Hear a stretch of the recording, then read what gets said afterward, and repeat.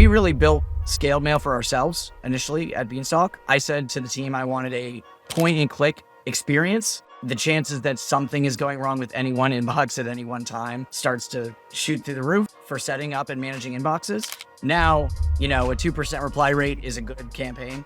Generally speaking, you've got to make the top line number of the total email sent a lot larger of a number to get to the same point.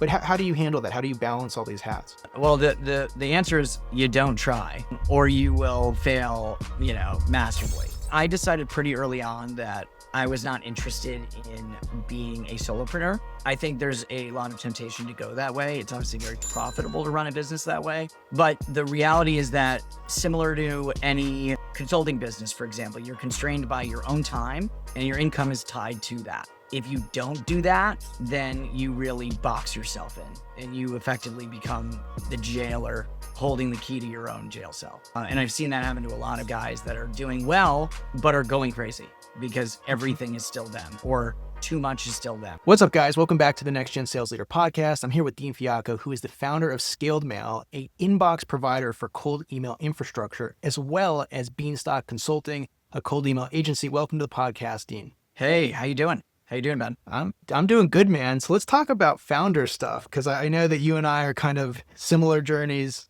We both have kind of two businesses going at the same time, a cold email outbound agency, and then also another thing that's more on the technology side. For you, it's infrastructure. So how are you dealing with those two businesses? Why don't we just start with what are the businesses? What do you do? And then how is it being a founder in two businesses at the same time? Yeah, sure. So I'll start with Beanstalk. That was the first business. So this is now a cold outbound agency where we basically help businesses that for whatever reason maybe don't have the budget or the wherewithal to build out an internal team of SDRs or even salespeople to do outbound growth activity. And they can basically work with us to do the cold email, the LinkedIn outreach, the cold calling, whatever that looks like for them, and bolt us on as an extension to the business. So been doing that for a couple of years now in various iterations. My background's tech sales, so it was a natural extension of a lot of the things that I used to do in the chair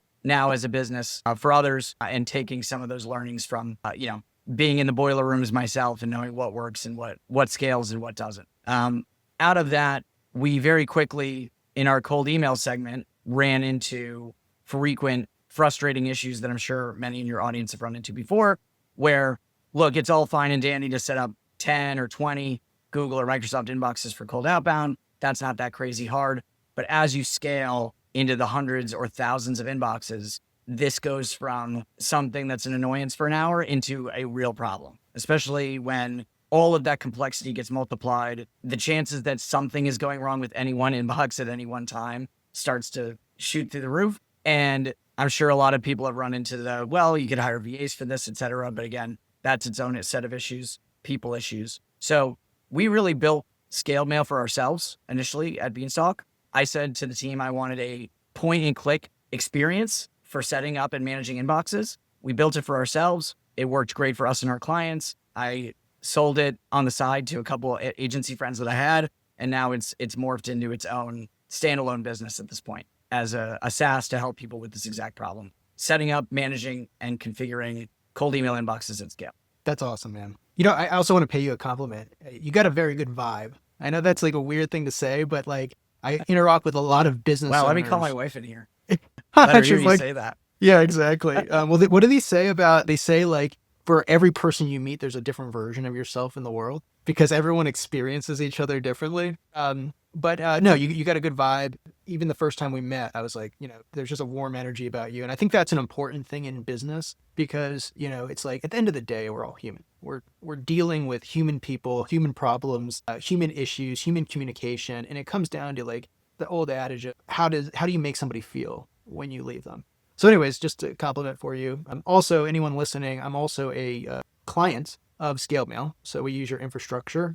Fantastic. So anybody who's looking for cold email infrastructure, you got to go over. What's the website for them? Just scaledmail.com. So scaled, okay, cool. SCALED, mail.com. So I think to dive into a piece of that though, why would somebody do that versus say going straight to Google and just, buying a $7 per month Google Workspace account. And I know that's obvious for anybody who's deep in the cold email world right now, but some of our viewers are marketing directors, CROs. They're not in lead generation every day. They don't know these types of discussions. So can you break it down as simply as possible? Yeah, so I think you have to first back up into what is the strategy that necessitates even using a tool like ours. I still run into a lot of teams that when I talk to them about how they do outbound email, it's some version of we have a list in HubSpot, we add a bunch of people on a list to an email blast and we shoot it out. And the problem with that is then I'll usually ask, well, how is that going? And the answer is something like, oh, email doesn't work anymore. And I go, well, it's probably more the way you're doing it. Now, granted, email's gotten a lot harder. The bar for success has gotten lower and lower. I remember being a rep in like 2015, you could shoot out 200 emails. You'd get like a 30% reply rate. You book a couple meetings. And I looked at all the guys making cold calls like they were morons because this was so easy. Now, a 2% reply rate is a good campaign, generally speaking. And you got to make the top line number of, the total emails sent a lot larger of a number to get to the same point. But at the same time, you compare it to the cost of ads and it's still one of the least expensive channels there is for outbound. So anyways, backing up, sending from one domain, Google and Microsoft, the ESPs, the email service providers have gotten really good at figuring out when there's spikes in volume. So whether it's a tool like HubSpot, SalesLoft, Outreach, et cetera, they're very, very good at seeing when there's, let's say the typical inbox on your website sends 2, 5, 10 emails an hour, and then one is trying to or attempting to send 20, 50, 100, et cetera. Same thing at the domain level, right? There's also just, hey, what's the typical outbound traffic for this website or domain on any given day? And by the way, what are the engagement metrics with those outbound emails? A lot of people are sending out outbound emails and getting almost no replies. They're getting spam complaints, et cetera. And all of that's going to roll back to the reputation of the domain, your likelihood to inbox in the future, and the decision for any future campaign by Microsoft or Google on whether that subsequent email goes to the inbox or to the junk folder. So what a lot of people have adjusted to is moving their outbound campaigns away from their primary domain and really treating that as sacred, which I'd be an advocate for. Should be just your business emails, your invoices, marketing to your opt-in lists, but anything cold outbound should be set aside and done from domains that you don't care as much about. So if you're nextgensalessystems.com, you don't want to send any cold emails from there. You want to go and grab something similar. We're not trying to trick people. We want them to know it's your brand. So maybe go Next Gen Sales Systems or get Next Gen Sales Systems, et cetera, and use that lookalike domain, set up some inboxes on it, and use that for cold outbound. And that way, if at some point the level of complaints or the lack of engagement catches up to that domain and it stops delivering to the inbox, it's not existential for the business. You can just cancel that domain, purchase another one, and get back to where you were going. Now, this strategy was manageable for most people up until the point where the reply rates dropped from around 10% to 2%, because the issue becomes you need a lot of these to make this strategy work in 2025. It's not 5 domains and 10 inboxes. It's in many cases multiples of that to get to where the outcome you need. And at that point, the pointing and clicking of setting all these inboxes up becomes a really burdensome process. It becomes, Slack channel nightmare or VA nightmare, even if you're outsourcing it. And for a lot of people, the SaaS solution experience is just a much better experience where they get inboxes delivered to them in a white glove fashion into their cold email sequencer than trying to navigate all of this themselves. So that's really the gap or the void that we're looking to fill. Yeah, 100%. So anyone who's listening who's not in the cold email space or cold agency space, obviously you know this, so I'm not speaking to you at this moment, but this isn't the day where you would go and buy a couple Gmail accounts and then go manually send up and warm up your campaign. Even if you knew to do that. I mean, I know people, to your point, back in like 2014 where like warm up wasn't even a thing like it is now, where it was like, I just rip it, like no biggie. Yeah. We're not going to get flagged. Where now it's like, okay, best practices is 2-week to 3-week warm up. And there's a whole process around that. And the I number remember, of emails you can send in a day is just much lower. People used to send 100 emails per box per day. Now 25 is pushing it in many cases. So Yeah, it's just the dynamics have changed, and all forces are pushing people into fewer sends per inbox, fewer sends per domain, more domains, more inboxes. And so Exactly. that dynamic is really what's been fueling the growth of tools like What do Scaled you Mail. see as the ratio of domains to inbox? It depends on the setup. So, for instance, on Microsoft, we have a pretty unique setup with 25 inboxes per domain, but each of those inboxes only sends 5 to 10 cold emails a day. And Mm. so in aggregate, you can actually push out a good amount of emails, but per inbox, we keep it pretty constrained. For Google, we advocate 2 inboxes per domain. Sometimes people push us to 3. We'll do it. But the safest option is generally less emails sent and less inboxes per domain equals more, safer, longer lasting inboxes with better deliverability. That tends to be Hmm. the truism, but obviously people want to maximize their budgets, and I get that as well. So for Google, 2 to 1, 3 to 1 maybe. Microsoft, if you're setting it up yourselves, the same. And if you're using a tool like Scaled Mail, we've got a unique setup there. For our SMTP mailboxes, which for anybody wondering is basically, hey, if you're not using Google or Microsoft, you're using a private mail server somewhere. So we just bucket that as other effectively. We'll usually set those up at 4 mailboxes per domain. Mm.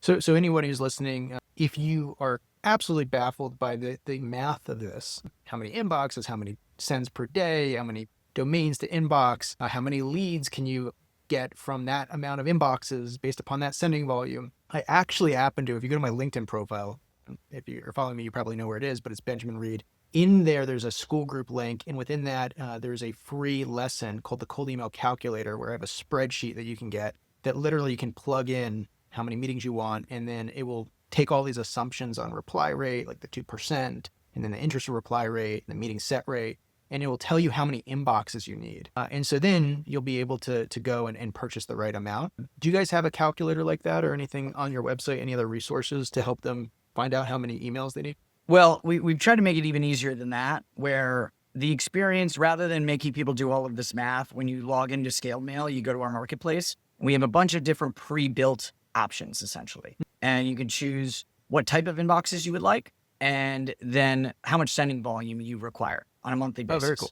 And Okay. so if you go in there and you say, well, look, we want to be sending 30,000 emails a month, or 10,000 emails a month, or 100,000 emails a month, there is a pre-built package where we've done the thinking for you that you can select and essentially just check out and move on rather than having to do all this crazy math. So I Awesome. tried to limit the universe, not have 900 options on the store shelf so you don't have paralysis by analysis, and just you make it a little bit easier for people. So and that would be under your pricing settings, or where on the website would people find that? Yeah, so on the website in the top right corner, you register, you make an account, that's free. And then we have a marketplace tab inside of the application, and all of the purchasing is done there. You just select the appropriate package, check out. We have a couple of steps, and then the order gets fulfilled. And 1 to 3 business days later, you've got inboxes in your cold email sequencer.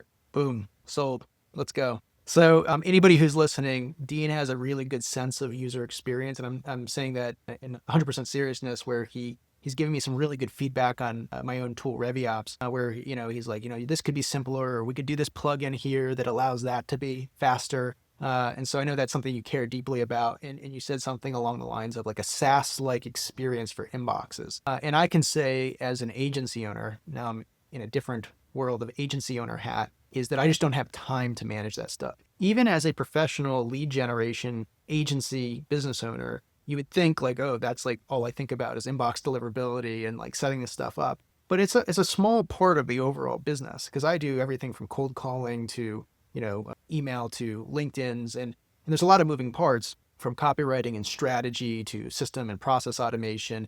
And the email deliverability and inbox stuff and the setup stuff and the management of that is just a small piece of the world. So it needs to be simple, turnkey, good cost. It needs to work. It needs to give me the information I need if things aren't working. And it needs good support, because things do happen even if it's not anybody's fault. Gmail just decides to slap everybody over some stupid thing, like an algorithm change. And I know your support has been fantastic. As soon as something goes on, you immediately message us and say, hey, Gmail just did this. We're on top of it. Don't worry. So anyways, I think that's something that I want as an agency owner. And I know you guys provide that. And so that's given me a lot of, I would say, confidence in my ability to scale. Also, I would say that like I think that even the way we met was we had another large infrastructure provider who I will not name because I don't want to bash anybody, but we were all in on them. And we had thousands and thousands of inboxes on them, and they went down overnight. And so all of our agency clients were down for 2 weeks. I mean, we were getting threats of cancellation. The whole business was in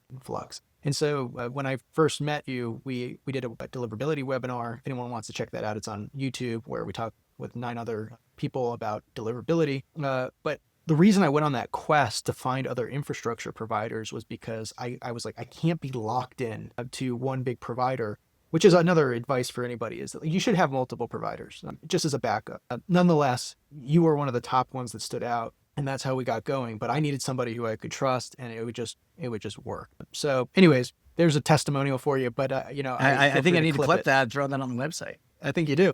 But yeah, anyone should definitely go check out if you're looking for inboxes, because as I say in cold email, there's really 3 things that you got to consider. It's 1, your list. Who's your ideal customer profile? Do you have the right people? And then 2 is deliverability. Do you actually get the message delivered? There's a whole world there. Dean's your guy for that. And then 3 is your offer. It's your copy. It's your messaging. If you get those 3 things right and you're really targeted, and there's a whole 5-hour webinar in each one of those categories that we could do, you got to focus on it. But you got to find experts in each niche. Don't try to do it all. And so Dean's your guy for that. So But yeah, I mean, the analogy I would make would be if you're running a cold calling business, right? You don't necessarily need to build your own phone system, okay? And it's probably not where you're going to find the alpha, the added value for clients and growing your business, right? Most likely it's going to be your hires, your training, your scripts, your niche. Those are all going to be the areas that really move the needle. Now, you have to have a good tool. You have to find something that's baseline good enough for you to compete. But there are presumably people that have spent a lot of time on that particular issue. And it's going to be a lot faster for you to go and grab something off the shelf with a little bit of research, obviously, and, testing things out, and then move on to other areas of the business where you can differentiate than to try to build everything from scratch. That's the closest analogy I would make. We're just doing that for inboxes instead of a phone system, for example. in the agency world, it's been really interesting to watch. There's this concept of like in business schools, vertical integration versus horizontal. And the concept is very simple, which is, do you buy or do you build? And so it's like the fundamental question. And it goes down to any company in history that you can think of. I mean, oil and gas companies, for example, I spent a lot of time in the oil and gas industry, where these guys would go and just start to buy like buildings because they had they had tens of thousands of people working for them. And they're like, we're going to get into the real estate business versus just renting. And all of a sudden they have to manage the building and deal with roofers and deal with plumbing. And it's like, well, now I'm no longer focused on my core competency. I'm focused on some other fringe element. And they might be saying like, oh, well, part of my supply chain for fulfillment is, I don't know, oil transport, right? Well, I need to move this oil from point A to point B, even though the core competency from a normal oil and gas company is drilling for oil, not moving the oil to market. They're like, well, let me go buy a trucking company. And it's like all of a sudden they're in the trucking business. And it's like you have to hire the drivers and manage the liability.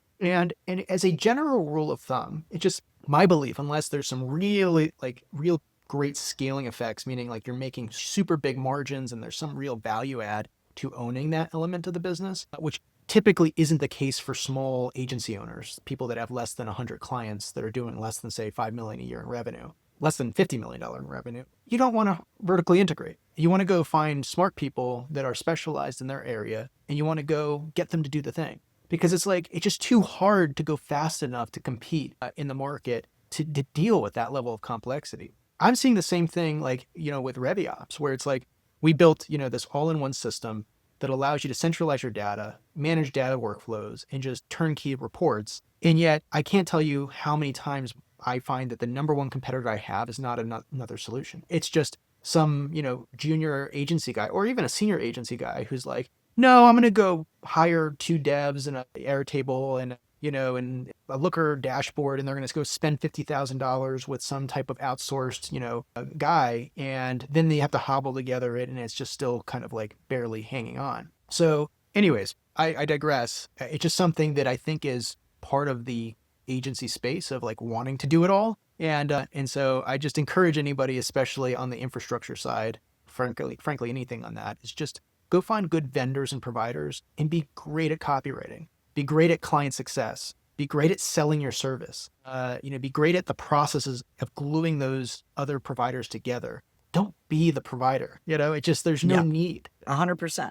100%. Yeah. So, okay. So now I want to return to the original question where we were talking about like this dynamic of us both being agency owners, but we also have these other businesses. So I know I'm actually not taking on any more cold email clients at this point because I'm just completely filled up. And I'm much more focused on my software business and my revenue operations side of the business, which is we set up CRMs and support with, NAN setups.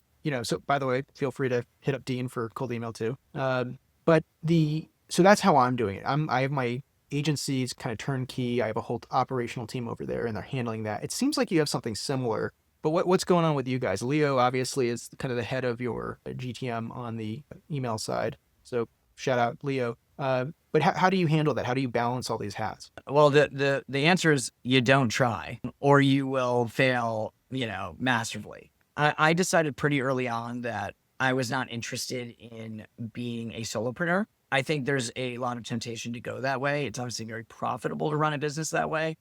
But the reality is that similar to any consulting business, for example, you're constrained by your own time and your income is tied to that. And at the end of the day, even if your hourly rate keeps going up and up and up, there are just practical limitations to your ability to scale a business. So I decided very early that I would rather be less profitable and have other people on the train with me. And so we brought on Leo very early. We've now got a team of around probably 10 people doing various aspects of operations, go to market for cold email, go to market for cold calling and outreach via LinkedIn. And we're continuing to grow that business with a team in place. We've got channel experts that focus on different pieces.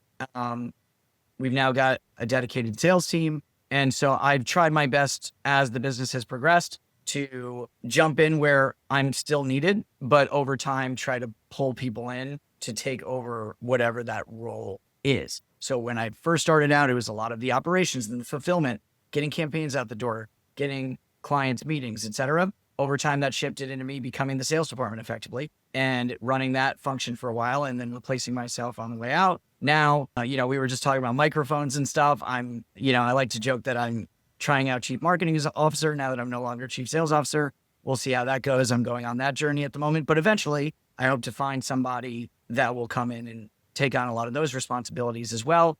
And slowly, roll by roll and piece by piece, we scale a team. Yeah, totally. It's something I thought of when I was a younger entrepreneur. I'm 36 now. I've been in the for-profit game. I was in nonprofits for a number of years, starting at the age of 24, so about 12 years now. And I thought there would just be this time where it was just like, oh, I'll get to a certain revenue stage and I'll just stop doing work. I just thought, and I could do that actually on my agency side. If I wanted to just go sit on a beach right now, that actually could happen, which is kind of cool. I could just literally go sit and just have like a nice income and just do nothing. My brain's not wired like that. And I have this weird neurotic tendency to build businesses. So here I am. But nonetheless, it's one of those things where if you are in startup mode, meaning like if you're doing less than say $2 million or $4 million and you don't have a full team behind you, especially in an agency world, it's like you're going to be there doing some stuff, and especially in the first $400,000, $500,000 in revenue. I'm talking to all these agency owners right now who are at their 3 to 5 client range, 3 to 10 client range. And there's so many of them because the trend is hot. Everyone's in B2B, GTM, every like guy who just recently graduated college is coming into the space because of all the new tools like Clay, and NAN. And everyone's in the same spot where like I'm hearing all-nighters. I'm hearing like, oh, I don't know what to do. Like my client just left me because they didn't think the quality was good enough. So the cliche type of like early founder problems. And I think to your point, my biggest piece of advice to any early agency owner or founder or of any sort of company, SaaS company or not, is, really one, simplify as much as possible. So it's the old, like, what's his name? The founder of Twitter, Jack Dorsey, says, limit the variables and make everyone perfect. So one is just simplify. Don't overcomplicate, which is partially by finding vendors like yourself. So you don't have to overcomplicate, do everything. Right. 2 is come up with a minimum viable delivery process that has a checklist, that has clear steps, that just every single time is like a machine. And then 3 is choose your clients wisely and don't take on projects you're not ready for, because I see so often with new guys where they're like, oh, I took on a 10, 10 is probably not true, a 1 million email volume per month client. And I'm like, have you ever done that before? Do you Right. know how to find that amount of leads? And, the answer is usually, no, but I'm going to figure it out. And I'm like, okay, I'll see you in 60 days and we'll see how you're doing, buddy. So Yeah. it's those 3 things. It's like process, client selection is huge, and then just keep it as simple as possible. And then choose the same client. Like, don't go and find 20 different types of clients, one in legal, one in finance, one in recruiting, because the hardest part you have as an agency owner is actually, copy and understanding the ideal customer profile and understanding what offers work. And all the other stuff is more technical, building lists and that kind of stuff. But if you don't know the offer and you don't know the people you're speaking to, then you just have to go on a 3-month journey just to figure out the most basic messaging. Whereas if you have the same clients, you already know. Every Right. client is building upon itself. So those are my tips to like not end up like most of the agency owners who are just like quitting after a year. And you can get to stages like, Dean and I have gotten where we have dozens of clients, can go sit on a beach if we want to. Yeah, we never end up doing it though. Yeah, exactly. That's Because we're crazy that's people. kind of the problem. But no, I agree with a lot of what you're saying. I think the other thing that I would add is that I think my number one piece of advice to people is hire before you're ready to do it, because Mm. you will regret waiting when you need to do it. And I get that it's a tough pill to swallow, because it's usually when people are starting to see the success, they see the money coming in finally, and the last thing they want to do is send it back out the door. But if you don't do that, then you really box yourself in and you effectively become the jailer holding the key to your own jail cell. And I've seen that happen to a lot of guys that are doing well, but are going crazy because everything is still them, or too much is still them, or it's them in a couple of stressed out VAs trying to keep everything together. And the reality is that, if you want to run a business, it can't be just you. A business should be able to run as a system and a collection of people. And hopefully you can go to that beach for a week and things don't completely fall to pieces. But hey, it's always a work in progress. But you've got to start doing that and flexing that muscle before you're ready, because you are not going to hire all the right people on the first go around. And you've got to just know that going in. It's a cost of doing business, and it's a learning curve that there's just no way around. Mm-hmm. Yeah, I think this is a good direction we're taking the podcast, because I feel like oftentimes I'm talking to the really senior GTM kind of person that deeply understands these concepts. But I think that the reality is the bulk of the market is relatively new to the space. There's a lot of sales guys entering the space that used to be sales guys and now are trying to be GTM people or be agency owners. I would say that's actually the number one archetype, which is like sales guy turned agency owner, because he was like, I could sell this stuff. You and I Sure. are kind of like that, right? And it's like, well, but I could actually fulfill this and make more margin. Little do they know how hard Right. it is. But I think that's the reason you have a profit and loss statement, is that, Mhm. I spend probably $50,000 a month in excess of like what I have to run the business, just because it gives me peace of mind that if I decide to walk away for a few days or I want to go to a conference, I'm not going to be stuck like on Slack channels with client fulfillment. And I think the key thing from a cost or money standpoint for any junior entrepreneur is like, it's not your money yet. It's like, treat it like monopoly money. It's like when you have the money come in from that go around the board and you're like, oh, I got 200, pass go. It's like, that's not your money. Don't put it in the bank. Just it sits there and you're going to go buy some more properties. You're going to go buy, in this case, Right. it's, buy some people, not in that sense, that sounds horrible, but, buy human capital Yeah. to go build for you. And then for me, my first 2 years of my business on the agency side, I didn't pay myself a cent. Every single dollar went right back into the business and to hire people, to get the right systems. And to your point, I had been shocked. I've been in the game for like 12 years now, and more than that if you consider the politics and the nonprofit experience I have. I've hired close to 1,000 people in my life, especially on the door-to-door front when we'd lose like 90% of the staff, which is like 10 people a day. And it just turns out people hiring is difficult and human beings are tricky and it's counterintuitive, and you're going to have to go through like years of refinement on the way that you assess people. So to your point, you got to start, It's a skill like any other. Yeah. And it's a counterintuitive skill. It's like not logical, it's not obvious.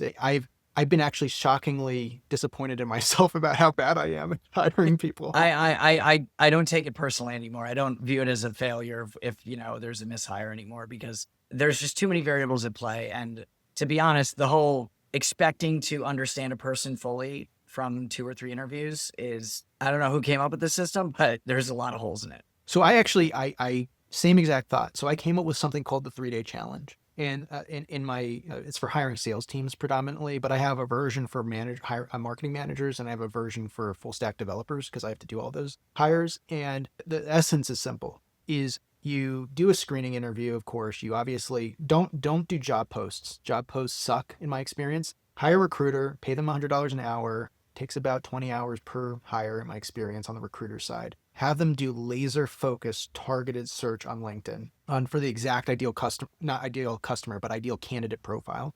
Same thing as an ideal customer profile. Get that so dialed and be like, I want you to come up with a list. You're doing lead gen, man. It's like, come up with a list and go and just DM those people directly. And ideally from the founder profile, because you'll get a much better response. And then do a screening interview with them. And then what I do is I say, look, if you want to move forward, I'd like to hire you for 3 days. And I have a very specific set of protocols I take them through. And if they fail any one of the tests, I have a full testing protocol, then they're done. And they get a day rate. It's actually half day rate. So if they fail before 12 noon, they get half a day. If they get past 12 noon to the second piece of our test, it's like the Hunger Games, but like more sales oriented, then we'll take them through. But that testing alone has saved me hundreds of thousands of dollars of bullshit. So I encourage anybody to also come up with like a 3-day challenge, which is really just find the number one thing that they have to do well and test them on that. And if they suck at that, then why are you hiring? 100%. I mean, I tell everybody that, well, first of all, I believe in probationary hiring to begin with. I don't think you really understand anybody until you've seen them work. You don't know until they've been in the role for about like 2 weeks. Yeah. And exactly. then the real stuff starts to come out. They're Right. sick every day. They're always late. Exactly. They just don't, the things are just always just not quite there. And none of this, on the interviews, they're perfect. I mean, they're all salespeople, or at least most of the people that we've dealt with are salespeople. They're great at interviewing. So we have a pretty short interview process now, but I just tell people like, look, you do not really have the job for about a month, in my view, until we just have seen you working enough to know. So my view at the moment, maybe my philosophy will change, is just hire fast and fire just as fast. So in the door fast, get them in the job, see how they run. And then if it's not going to work out, it becomes very apparent very quickly.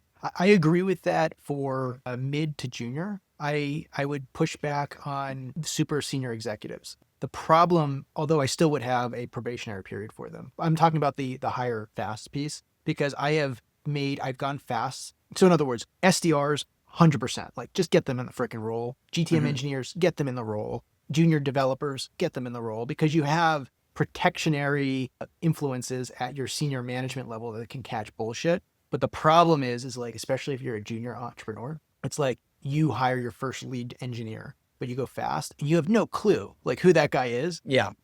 My suggestion is go hire a fractional CTO off of Upwork, pay him, like find the guy that has $500,000 in build time and has like perfect scores and like worked at Meta, and pay that guy $500 for his hour of time and have him interview your last 3 candidates. It seems like why would I pay $500 or $300 or whatever the cost is? It will save you 6 months of bullshit and it will save your company. Same thing on if you're not great at sales, hire somebody like, me or Dean to if we were willing to do that, somebody like that who's a senior CRO who can detect bullshit and go slow, over test if you have to. But you can really lose your hat. I've done it on 2 businesses where we hired the wrong CTO. And I just went 7 to 8 months in the wrong direction. And you can't know because it takes them 2 to 3 months to get started. And you're like, what do I do? Yeah. Technical hires, especially if it's not your core competency, it's a difficult thing to evaluate. Right. So I agree that there's a whole other minefield if it's something like engineering and you don't understand how to evaluate people. But at the same time, I still believe in that you'll know them by their fruits kind of stuff. Like it's just easier to see 100% in the role than it is to see before, because most people are, pretty good at interviewing, if they've made it that far in their career. It's the problem is after they get in the job. And you know what's Speaking. so interesting to me, it's my own personal bullshit and like psychology, is that I'm not a people pleaser. I'm pretty direct, I'm pretty honest. I'm so honest that on the Jordan Peterson personality assessment, that on a politeness scale, I scored in the negative 0.001%, which means like, it doesn't mean politeness in the traditional, like, do you have proper decorum, but It's it's like, are you how will, direct, basically, are right? you direct? Right. And I'm as direct as a human can be without being absurd. And that I'm putting that as a context to say, which makes me a good salesperson in a challenger sale. But it's also a challenge if, like, you can step on toes and say the wrong thing. Right. That said, I have this people pleasy element of me when it comes to wanting people to win and succeed. And even in hiring interviews where I see somebody trip up, I'm just like, oh, they could do better. I'm like, I believe in this person. Let me give them feedback and see if they do better. And I make Mhm. excuses for the person in the interview process.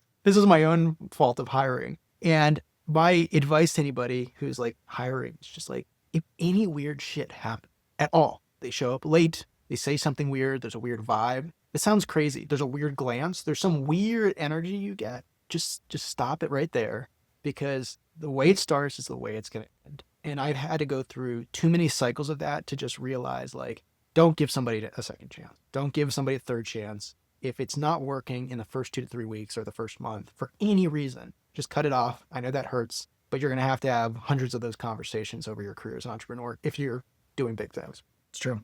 So, yeah, man. So, okay. So getting back into, your journey here, how did you end up at the two businesses? I mean, how did you even get into starting an agency in the first place, which then led to Scaled Mail? Well, I think I always wanted to run my own show. And I mean, you see this with how many people are jumping into starting an agency. It's probably one of the most expedient paths into entrepreneurship that there is. Take the skills that you've accumulated, if you've got a few years into a career, and apply them, to a service-based business. It's fast. You can set up overnight. The challenge obviously is scaling it up, as we've been discussing, but you can be in business super fast. So frankly, that's the reason why that.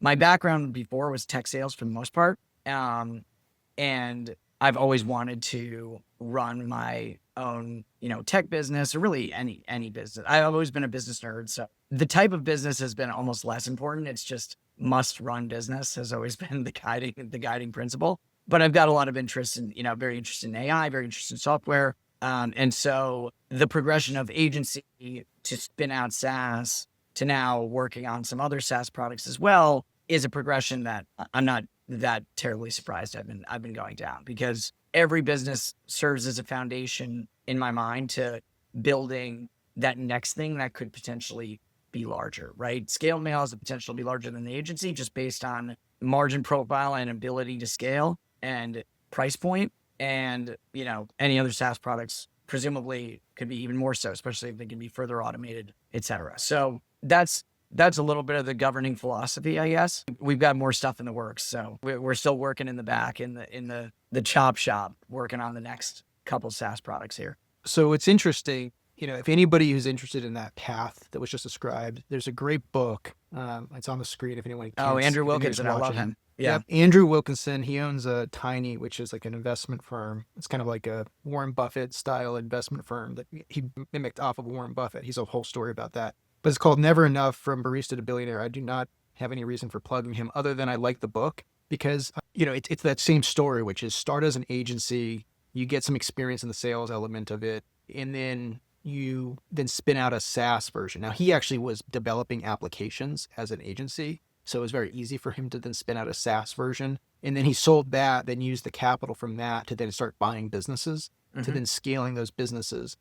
And my own career has been that exact journey, which is I started at an agency. Well, I was in nonprofits. I learned telesales, and I learned political fundraising, which was kind of like sales. And then I got into door-to-door door knocking and fundraising there, which then got me my first sales job, which then led to my first agency sales job. And that's where I got my first piece of equity. And then I met my first client, who then I became a part owner in that business. And then that just all went from there. But it started at the agency level with exposure to clients and exposure to problems, which then spun out. And I like the way you said about like getting to the next level, where it's like, if you have no skills or experience, the first thing is just go work for an agency. You're going to get to go talk to dozens of different client types and see all the problems and see the working BS that's going to come up. And then, I'm not saying go poach a client of your agency, but like if for whatever reason, there is an opportunity where you could grow and do it ethically, you might be able to become like a full-time employee of another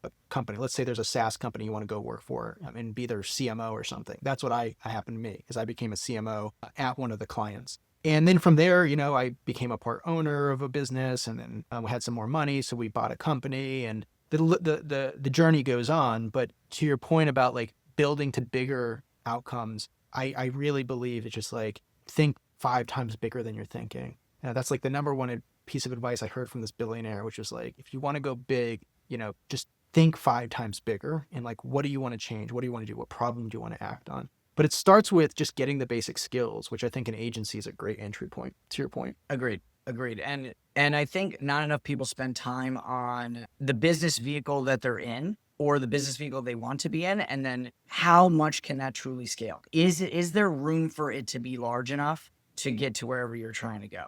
And it doesn't necessarily mean it's a hard no if it's not. It just means that might not be the forever thing. It might be the right now thing.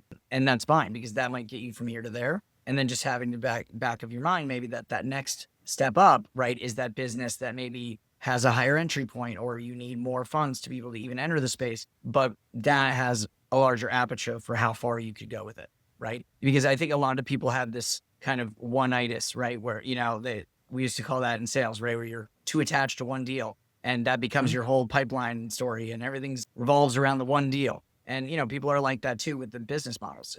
There's a million business models out there, and just because you're in one today or well positioned to be in a certain thing today doesn't mean you have to marry that business model forever, right? It might be the vehicle for you to just make some cash, learn some skills that can then be applied to something that could be a lot larger. 100%. Yeah. It's like there's a trope by Alex Ramosi, who I just happen to have to reference every single podcast, which is it's a disease as well. It's unfortunate that he's that good. But he says something, this idea of like opportunity jumping, which is like this idea of you see an opportunity, you go, oh, that's a shiny object, kind of the rabbit issue of like, oh, I want to go over there. And then you have this trough of despair where it's like you actually get into the thing and you realize it's harder than it looks for a myriad of reasons. And so I'm getting a call. And so this guy keeps cold calling me off of WhatsApp because I put up a GTM post we're hiring a GTM engineer. Hey, I'm like, there you go. Everyone's hustling. You might be a better fit for the cold calling team, it sounds like. I know, seriously, I might have to get him going. That's aggressive. I mean, WhatsApp cold calls are now a thing. But so can you help me? Where was I on that? I was talking Hormozy opportunity jumping. Oh, right. So opportunity jumping, and it's, although I like, you should always be trying to evolve it's very important as a first-time entrepreneur that you don't jump too quickly. And I think it's one of those things that 100% true statement, but time horizon matters. And so my rule of thumb is like, jump into like an area, like call it like just, the poker table you want to sit at, the swimming pool you want to swim in, but make sure it's a growing space with a large audience with a lot of demand. That's like your number one decision.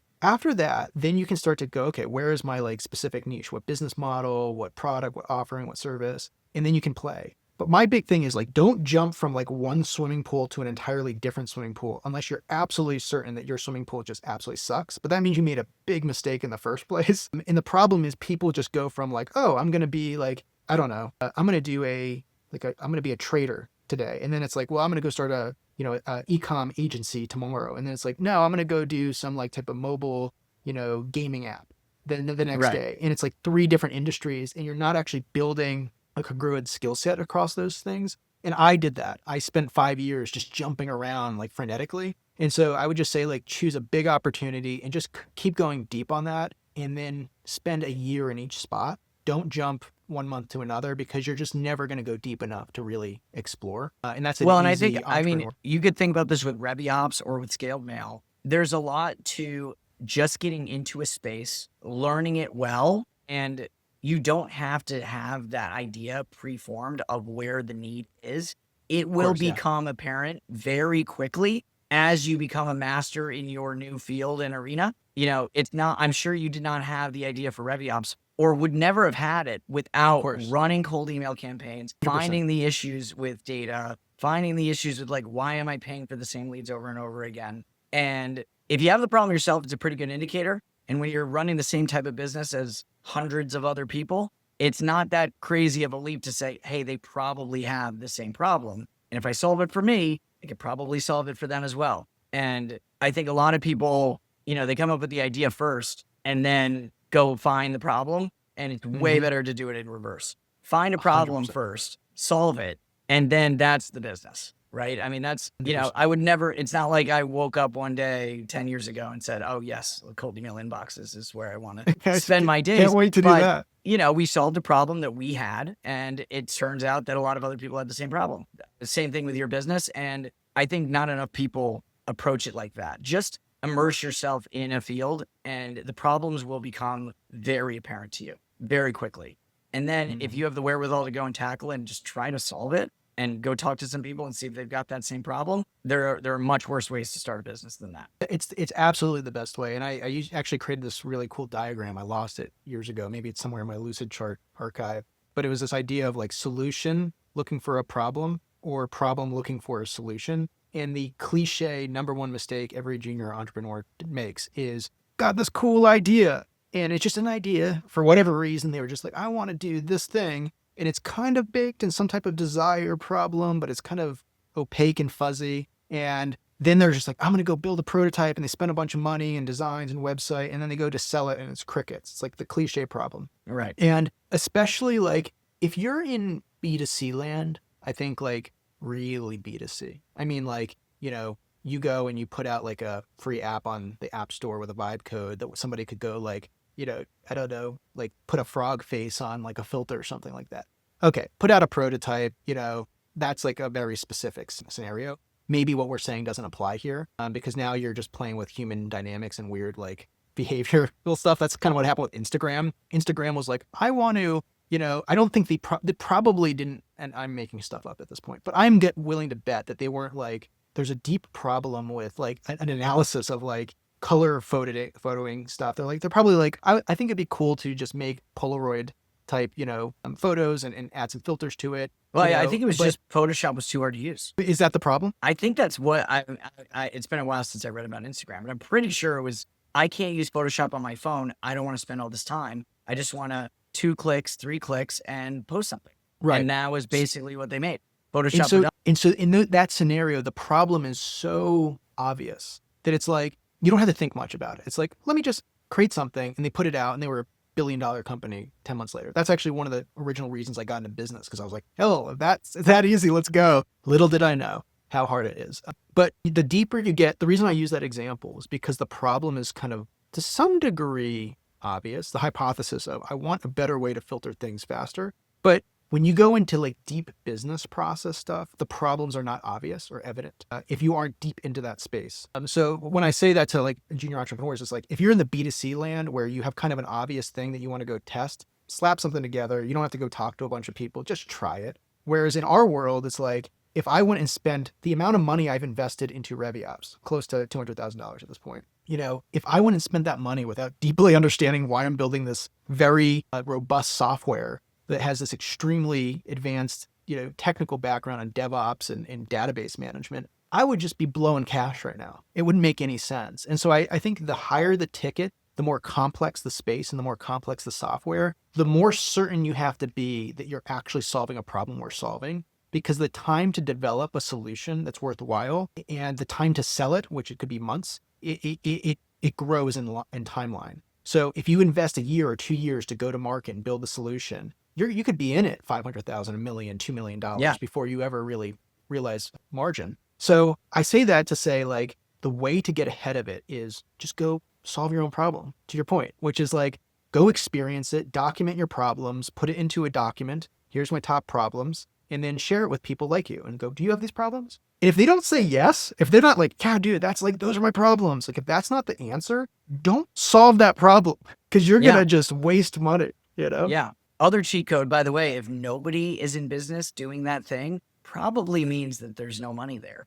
So, you actually do want to have some competition. It indicates that there's a need. No competition is generally a problem. The exception to that rule, this is straight out of Four Steps to the Epiphany with Steve Blank, where he talks about there's old markets, segmented markets, was where you steal from an existing market, or there's new markets. And in new markets, you could actually be just creating some new idea just for a new space. But ReviOps actually is a completely new type of product that hasn't existed within the specific GTM space. And it seems like I'm insane because it's like, well, why would I build it without any competition? And the only reason it can work in this space is because there are alternatives. There is competition. It's just not in the classic sense of like there's another app. It's Airtable or Supabase and Right. Looker. Well, that's what I mean. People are paying for similar value props. Right. And you've made some adjustments so that your value prop is stronger. That's Right. different than Right. inventing the first database, for example. That is this I would push people to try to do, right?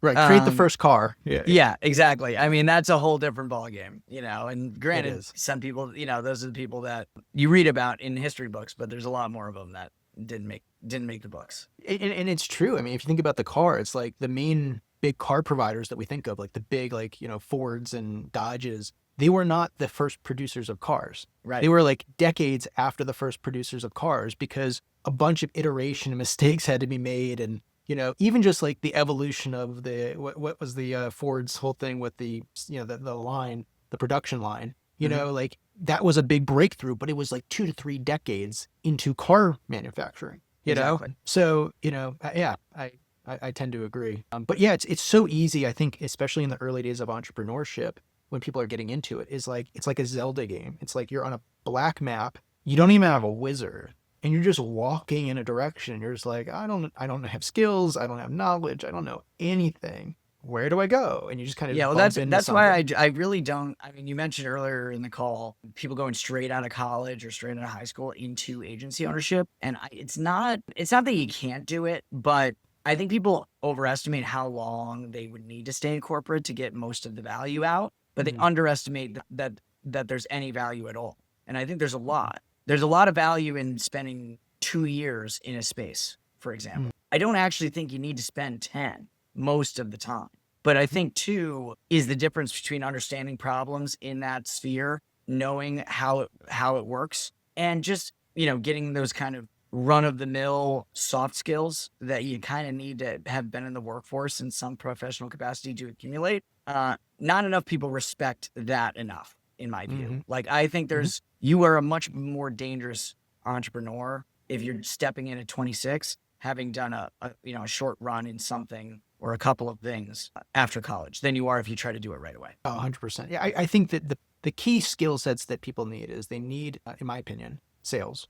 So I think like everybody, if you just go, if you don't have to do it for a long time, do a summer, of just door knocking or cold calling of any type. Like just just become an appointment setter or, a cold caller or a door knocker, and just get used to what it feels like. It's a feeling of just being absolutely rejected and just being crushed and have to put in a lot of volume. And that's like the first thing that I think if you want to be a founder, because you're going to have to do that. You're going to have to sell unless you're doing product-led sales, and you're just a really great technical person and you can code your own thing and you have this real intuitive sense for problems like we talked about, and you can just build the right solution and just like dog food it to people and say, hey, what do you think? And you get some traction that way. But that's a very unique person. I would say because it's so hard to find product market fit or find what's working, the best thing to do is just go talk to a bunch of people. And that takes sales skills. That takes, personality, but you can go get that at an agency. Go just be like, my whole thing is like,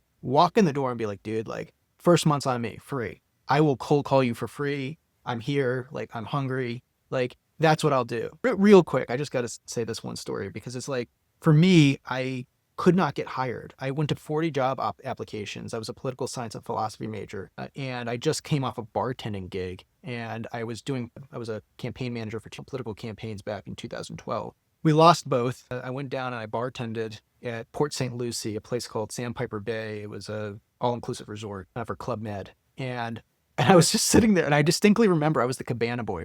I was pretty good shape, delivering like drinks to the rich wives of it was like the whatever like local beach there was, West Palm Beach wives would come up there on the weekends, and there was this like little like closet where we would have all the drinks. So we would have our triple sec and our vodka and our gin, and it was the crappiest little closet. And there was like this one little fridge that like made a lot of noise, and there was this like crappy like wood bench that wasn't even painted. There was like, it was just spiders all over the place. And I would go into this stupid closet and I would pour people's drinks. And I remember sitting on a box and I was just like, what am I doing? What am I doing with my life? You know, I'm like, I don't know what to do. Like, I was like, am I going to go jet set and like work as a bartender around the world? There was literally this moment in time where I was like, I don't know what to do. And I had a choice. Was I going to go up and follow an ex-girlfriend to Michigan, or was I going to be a bartender? You know, nothing wrong with that, of course. I'm just saying it was this lost moment as a 23-year-old.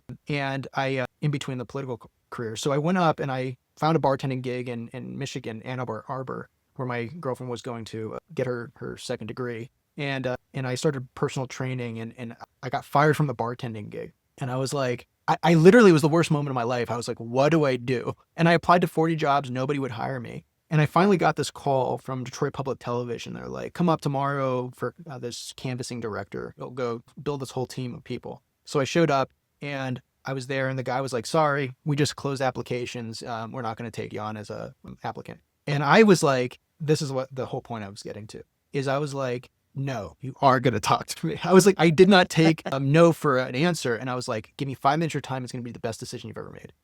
And he was like, fine. And so we sat down, and he's like, why should I, like, I'm looking at your resume. You don't have much experience. You did a couple of political campaigns. We have people that are like 35, 40 that have deep management experience. Why should we hire you for the director of Detroit Public Television canvassing? And this is what I said. I said, if I am not the best canvasser, there was 800 people that he told me were in the company. If I'm like, there was 11 offices. I was like, if I'm not the best canvasser by fundraising with the best office within the first 6 months of me doing this, I will give you all my money back. I did a money back guarantee on the spot. And he's like, why do you have that confidence? I'm like, because nobody will outwork me. And I'm like, I will run door to door if I have to. I will work 24 hours a day. I will not sleep. It's a Hormozy no-brainer offer. It was a no-brainer offer. And I was dead serious. It was like this passion in my voice. 6 months later, #1 canvasser out of 800 people, doubled the next best person, had the best thing. So I backed it up and I got a promotion. But my point to anybody starting is like, dude, just go knock on a bunch of doors, make Hormozy style offers, and make it such a no-brainer for the person, and just show up and perform and de-risk the offer. It's like, if you show up to me and you're like, dude, I'm going to just cold call for you, just start cold calling. Like, literally, if you want to work for me, pick up the phone and just like call me and be like, dude, I got another one. Yeah, I mean, 3 of them in, you'll be like, all right, let's get you in here. Yep, you know? Exactly. Yeah. And that's an open offer. Anybody who does that to me, you are hired. Yeah, done. Yeah, 100%. Yeah, people don't think enough about that, but you got to de-risk it for the employer as well. And if you can, generally speaking, I've never missed the money that I've sent to the best people. I'm just worried about sending it to people that aren't worth anything. And it's hard to discern that until you really work with them. It really is. Yeah. What would you say the #1 red flag is for people? Oh, I mean, I have a speech that I give anytime I hire somebody, which is basically some degree of, if I'm ever wondering if you're working, then it's already not working out and you probably won't be here very long. That's a good point. I don't want to wonder. I don't like micromanaging. I don't want to have to tell you what to do. I want to hire smart people that know what to do next. And it's okay to ask questions. You don't have to have all the answers, but what you definitely can't do is wait to be told what to do. That is like #1 pet peeve for people that don't work. It's so true. And it's so easy to like I said, the people pleasing part of me is like, I see it happening. I'm like, hey, so I'm noticing, and it's like, if you start a conversation with that, it's like game over. It's like, it's gay. You already know. If I'm asking, hey, am I right in thinking that we're not seeing a lot happening with fill in the blank name? And they always are like, no, it's been slow. And I'm like, all right, if you're still feeling this way in 5 days, then we're going to be done here with this. Give them the warning. And if there's not, and there's literally never been a massive turnaround. It always ends the same. It's just how they are, and they'll drift to the next job and do the same thing. Yeah. And I think in the current version of reality where we're all working remote, I think it's become worse. Because I think there's, you used to have like the B players and C players in the office, but there still would be some output because it's like, look, they're in the office, Sure. And it's but like, those are always the people that gamed the system. They knew how to do the least work possible. Exactly. And still look okay. It's not really the people you want, if no, you're you don't. running a business. It's never these people. And, I get it with the in office might minimize it to a degree, But to be honest, I think what it actually does is it lets them hide better. And frankly, I Exactly. think That's right. reveals A players and C players really fast. If Mhm. you're looking, right? If you're not looking, then yeah, I guess you could get taken advantage of. But, the nice thing about having a small business is there's nowhere to hide. So, you can tell really fast what's going on in the business when Yeah. it's less than 50 people. The number one hiring criteria I have now is like give a damn, but it's like deep care and enthusiasm for the thing. So like if I feel like I'm being sold, like if like I feel like it's like you're telling me all the right things here, but I'm looking at results here and it's like it's not matching your words, Mhm. And it's like if there's any sense of that, that's a big red flag. But also like the best people for me is like I'll get a message at like not saying you have to work at midnight, but I'll get a message at midnight or some random thing will come up where they're gonna be like, yo, check this out, what I just did. And then they like showed me, or like I said with the sales guys, like all of a sudden there's just like things happening and you're just like, whoa, how'd you do that? And they're like, dude, Right. Things are just happening. Yeah. things are just It happening. doesn't even matter what the things are. Yeah, It exactly. just are things happening or not. Yeah. Yeah. Yeah. It's a great point. And it's so easy to like second guess yourself. And I'm speaking for myself. It's so easy to be like, I'm gonna give them some more time, And it's like the Yeah. third But or fourth you're conversation. It never elongating the works out. process to getting to the person that is right Exactly. by doing that. Yeah, 100%. So look for real output, real results really quickly. Mhm. And if there's like a lot of like hemming and hawing and it's like, well, my father's, bachelor party just showed up, like it's like Yeah. I had to go over to this thing and my wife had to take the kids to school and it's like, look, we're all busy, man. Just show me results, I Sure. get it. So I know we've been on for a little while. We're going to definitely have to do some follow-up. Is Yeah. there Well, let's any do another one soon. like I like to ask parting words, like is there any like piece of advice, whether it's a cold email piece of advice, an entrepreneurial piece of advice, just life advice, what would you want to leave the audience with if you could leave them with one piece of advice? Um, well, I think there's a lot of people that are where I was, where, I'm 36 as well, and really only went full time on entrepreneurship 2 years ago and wish I did it sooner. So it's like two pieces of advice. If you're coming out of school and you want to just jump right in, I was there, by the way, and I waited. I would advise doing something, anything, for a period of time until you know how that game works, and then start thinking about your unique version or value prop in that space that you've just been in. Don't try to reinvent the wheel. Fix something that's broken in the space that you now understand. And if you're, let's say 32, 33, 30, in corporate, dissatisfied, want to do something, just do it. It has never been easier, but you just have to try. You have to go make a thing, offer a service, get one person to buy it. If one person buys it, more will buy it. 100%. Where can people find you? I know we talked about Scaled Mail. What about Beanstalk or any other LinkedIn I'm bios on or anything X else? under my name, Dean Fiacco. LinkedIn, same thing. Scaledmail.com, beanstalkconsulting.co. Scaled Mail, if you are already running cold email campaigns and just want to offload that inbox management piece. And Beanstalk, if you're running a business and you would like to see more pipeline and more outbound, and for whatever reason, you don't have the time to do it, your sales team doesn't have the time to do it, then we will get you in front of more prospects. Cool, man. Well, thank you for being on the show. And, I'm sure we'll have you again. But again, anybody who's looking for cold email infrastructure, lead generation, definitely check out Dean. A huge fan. So thank you for being on. And we'll see you guys on the next Gen Sales Leader podcast.